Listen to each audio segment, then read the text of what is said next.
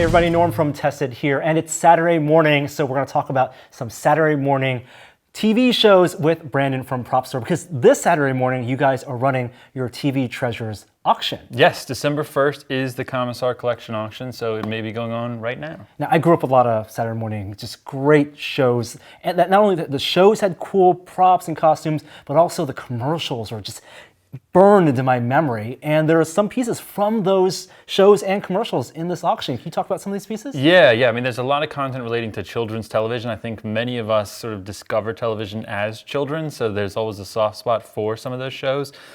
Just to take you through a few pieces that are here, this is the Wonder Bug from the Croft Super Show, which was a late 70s Sid and Marty Croft thing. Sid and Marty Croft are known for Puff and Stuff and all the different characters associated with Puff and Stuff, and I think if you were a kid of the 70s, Sid and Marty Croft are big names for you. So this piece in particular, the Wonder Bug, is a great one. This is a model miniature. You can see the puppeteering rods in blue that are there on the back of it.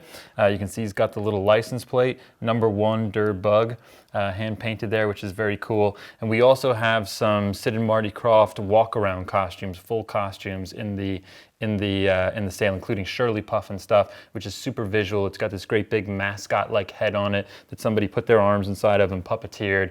Some very cool visual pieces there. Wow, and speaking of puppets, I'm looking at this reindeer here, which has a very familiar aesthetic. Tell me about this piece. Yes, so this, of course, the famous Rankin Bass aesthetic that you're speaking to, right, which dates back to Rudolph the Red-Nosed Reindeer.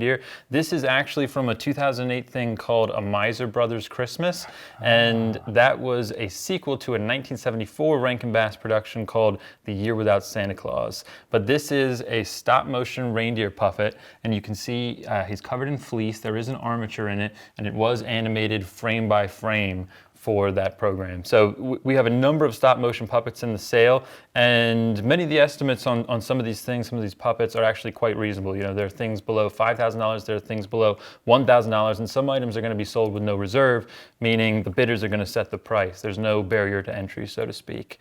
So, you know, for me, as here we are in December, what a great piece to have to decorate your home, a reindeer, you know? When puppets, things that were actively used for television shows come in, are you surprised by the quality and how these have endured? Well, you know, it's always great to see stop motion stuff because it's a filmmaking art form, or let's say television art form, that is not as prominent now as it once was. It's still being done. There's still some great stop motion work being done by Leica and studios like that. But generally the quality, the build quality of stop motion puppets, whether from today or from yesterday, is very high. You know, they've got to be precise with the armatures, the joints, all those sorts of things in order for the animators to do their thing, work their magic, bring that character to life, and not have the armature fall apart. So this, in my opinion, is no different. You know, it really stands up to scrutiny. I'm sure if you were to get inside of it, it would have a beautiful armature, and they're all handmade.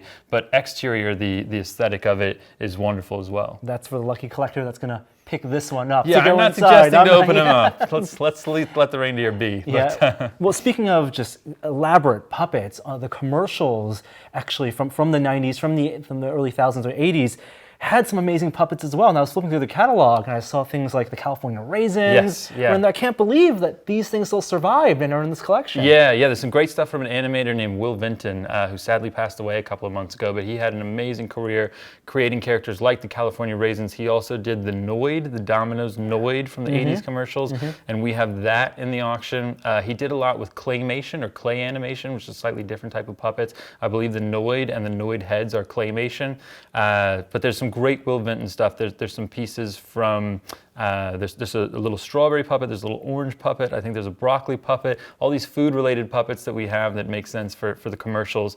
And we also have some non-Will Vinton puppets relating to food and commercials, like the Pillsbury Doughboy. Poppin' Fresh is one of my favorites. Oh my gosh. And we've actually got a Poppin' Fresh stop-motion puppet from the early 80s. We also have a Poppin' Fresh concept model, like a maquette from the 1960s, which is one of the very first Poppin' Fresh models.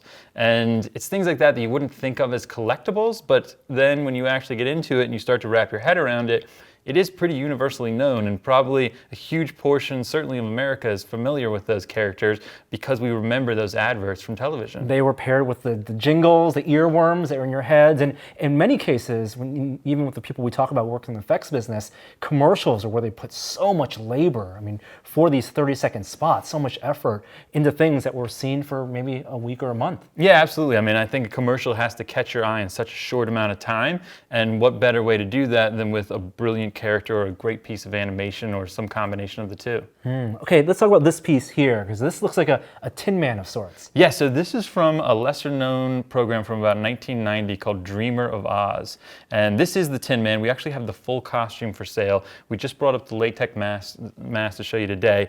He wears a little hat, which is actually a painted oil funnel, so it's done a bit on the cheap, but I love the aesthetic of the mask. You know, it's that classic Frank Baum character, that design for the Tin Man, and it just has a great visual appeal to it. And sometimes, you know, you see props and costumes where the piece is a little bit better than the program that it came from. For me, this one would fall into that category. When you see the full suit set up, it's a great costume. I love it. The auction, like we said, is going on today at propstore.com for people, or they can go to your offices in Valencia. Yes, yeah, so it is a live auction, meaning people can come out and bid in the room. We also have bidding participation via phone or online. So if you get onto propstore.com, you can find all the details. If the auction is running right now, there's still time. You can get in, you can register, and you can bid if you see something you like. Well, thanks for bringing these props up, and thanks for making such a beautiful catalog this time around. This thing was just really fun to flip through, and the quality of the photos and the way it's all dressed up and the information. It's just Thank really you, awesome. thank you. A lot of hours, a lot of pride goes into those catalogs, and this one's no exception. We put a huge amount of work into it. James Commissar, our partner, put a huge amount of work into it on this project as well, and we're very pleased with the end results and looking forward to rolling out the auction. Awesome. I hope these props and costumes find a great home. Thank you all out there for watching, and thank you again for coming. Yeah, thanks, Norm. Good to see you.